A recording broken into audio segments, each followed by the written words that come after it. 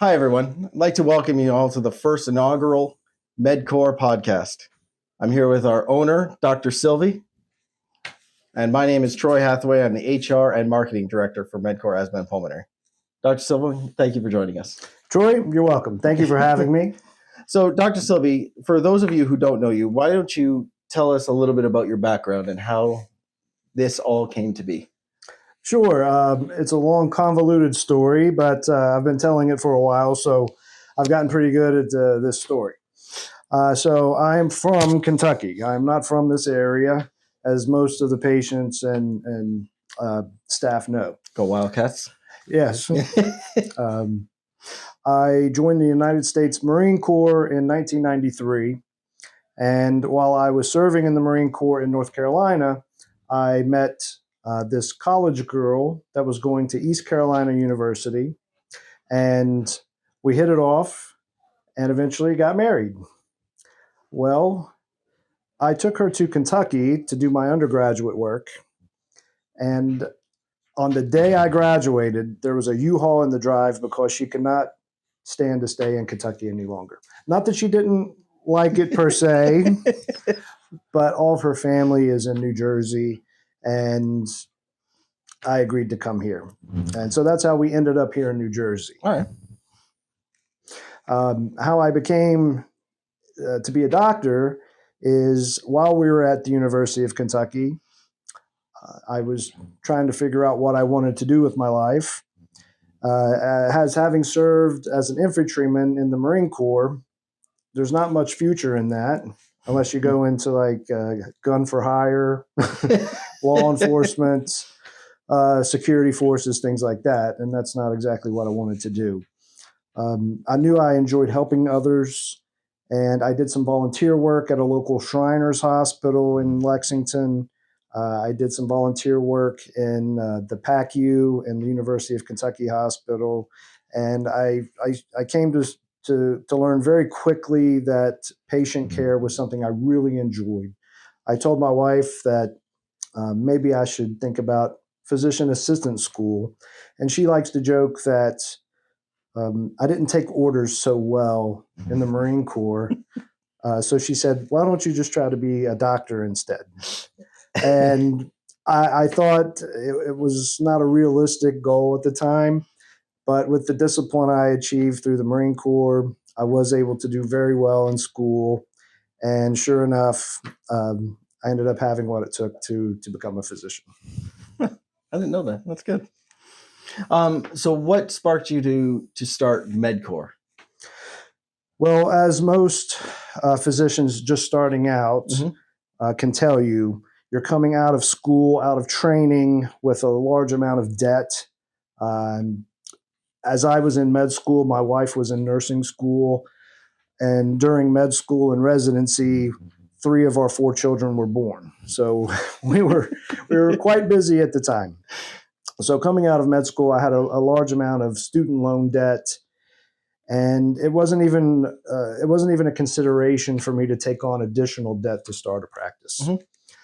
So a friend of mine who had graduated a year earlier than me, he was at a small community hospital down the shore, and they had an opening. And it just turned out that it ended up being a good fit for me at the time. So when I first left training, I needed to get a job making some money, and I took that job. And so during my time at this small hospital, I found that corporate medicine operated a lot differently than academia. So when I was in training, things were a lot different than when I went into corporate medicine. And I'm not saying it's bad, it's just different. And it's not the way I envisioned practicing medicine. So when I had the opportunity to start the practice, I took it. So I was employed for about 2 years. And at the end of that 2-year tenure, we parted ways and MedCore was born. Awesome. Now, when you first started MedCore, for those of you who don't know, my wife is actually one of the providers in the practice as well. And I remember going to one of the holiday parties and you speaking about how when you started the practice, it was in this little tiny room, little tiny table. So how how does it feel to look back at those moments and know to where you started and to where the practice is now? That's a great question, and just to be very honest with you, we've been so busy and we've grown so much over the past 10 years that really there's not a whole lot of time to sit and reflect on those things. Once in a while, I will, and it's just amazing to see how much the practice has grown. Mm-hmm. The different things we're doing now. I couldn't have envisioned that at the very beginning. And like you said, we started out in an office about the size of this room. So yeah, we have come a long way, and it wasn't the vision at the time. It's basically opportunities came, they were considered, grabbed onto, and blossomed into bigger things. So what makes MedCore different than any other pulmonary practice? Well, as I alluded to, we are independent. So we aren't, we're not employed by a large health system. That gives us a lot of flexibility and things we can do. It gives us a lot of autonomy. For example, patients, when they come here, usually will comment how it feels a lot different here than it does in another, office that may be corporate type medicine. And I take that as a compliment because it exemplifies that there's something different about us. This is not a factory. This is, for lack of a better term, this is a boutique practice where people are getting concierge level care, very personable care. And as the viewers will know, when you go to a mom and pop store, customer service is usually their calling card. And we like to think that that's one of our calling cards. Excellent. So you talked, what specifically about pulmonology attracted you to this specialty? There's an interesting answer to that because when I was in medical school, and you're just learning, you're just reading books, you're taking tests, your whole day is just filled with learning. And what I liked the most at that time was gastroenterology. Okay. So GI for short. The study of gastroenterology was fascinating. And then I got out into the wards and I did a rotation in gastroenterology, and I saw how those guys lived. And I did not want to spend the rest of my life in an endoscopy suite. If that's what you like, that's great, but it just wasn't for me. But the study of that specialty was fascinating. The practice, not so much. One of the reasons that we do rotations in different specialties is to see what you like. It's like a mini try before you buy kind of thing. And when I was doing my pulmonary rotation, I really liked the variety of the specialty. We were doing hospital rounds. We were doing intensive care rounds. We were doing office hours. We were doing sleep medicine, bronchoscopy, all the different procedures that go along with intensive care medicine. So that was very appealing to me, that large variety of things. You touched about your love and your passion for patient care. Was there a defining moment in your career or your schooling that solidified that passion for patient care? There were several instances along the way. And as we talked about earlier, some of my early volunteer work really sparked that passion for patient care.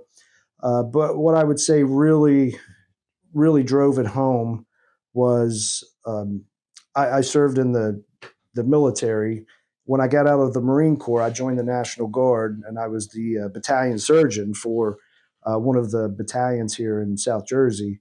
Well, while I was serving in the Guard, we had what was called a mass casualty event. We were up at Fort Drum for our summer training, and we were all huddled around the battalion commander for a debriefing on an operation.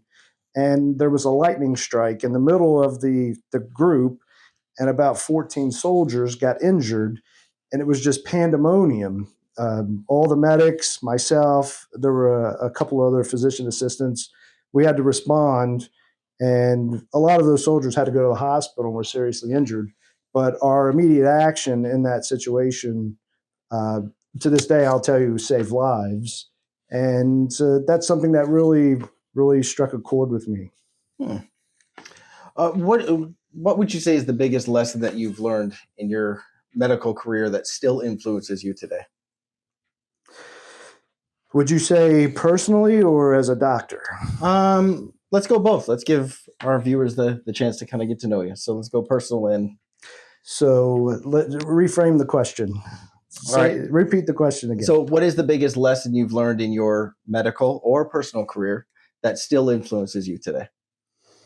Wow, that's a deep question.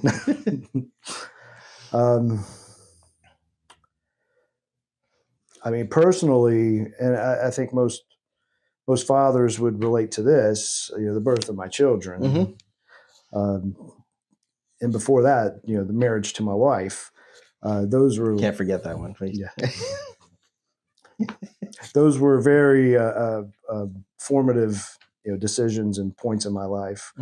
As far as medicine goes, probably the biggest thing that's influenced my path was the decision to open the practice and become independent.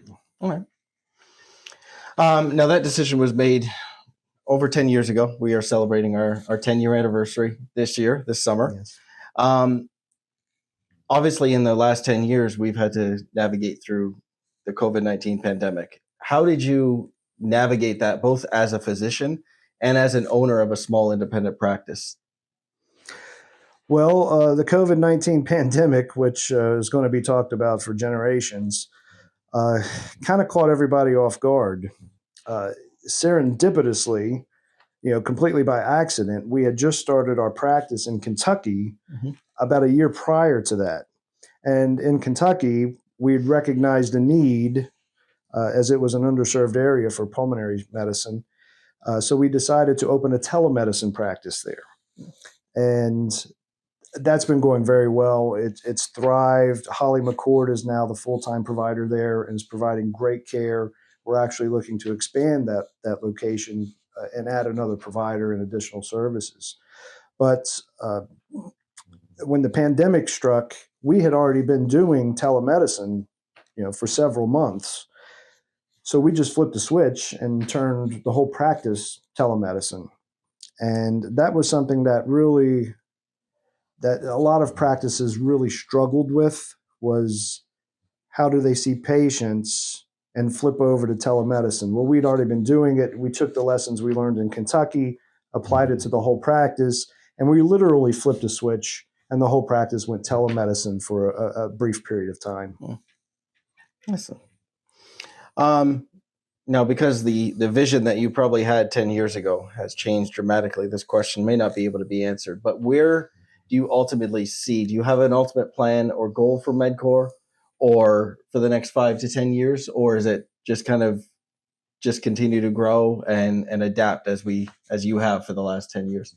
It's funny that you asked that question, because just earlier today, I was talking to a friend of the family who used to pastor a church, and he asked a very similar question. He said, "How did you grow so much? And is this what you intend to do for the future?" And I said, "Well, it's funny you ask, because I never really started the practice with a vision to be the biggest pulmonary provider in South Jersey. The vision was to become autonomous, unshackle myself from corporate healthcare, and provide good patient care. Along the way, we have been given opportunities, and we've latched on to these opportunities, and they've grown into just great things." Excellent. All right. The final question I have for you is it's a tough one. You have a long day. You come home and you want to do nothing but sit in front of the TV. What is the show that you are going to put on? Even though I know you're probably not going to watch any TV, but if you had to trap yourself to one show, is there something that you would like to watch right now? Well, right now it's college basketball. There it is. Yeah, in Kentucky, you're born with a basketball in your hand. There are no professional sports teams, so the University of Kentucky is the pro The team. team. And it spans many generations. It spans many age groups, except in Louisville, which I won't say anything derogatory.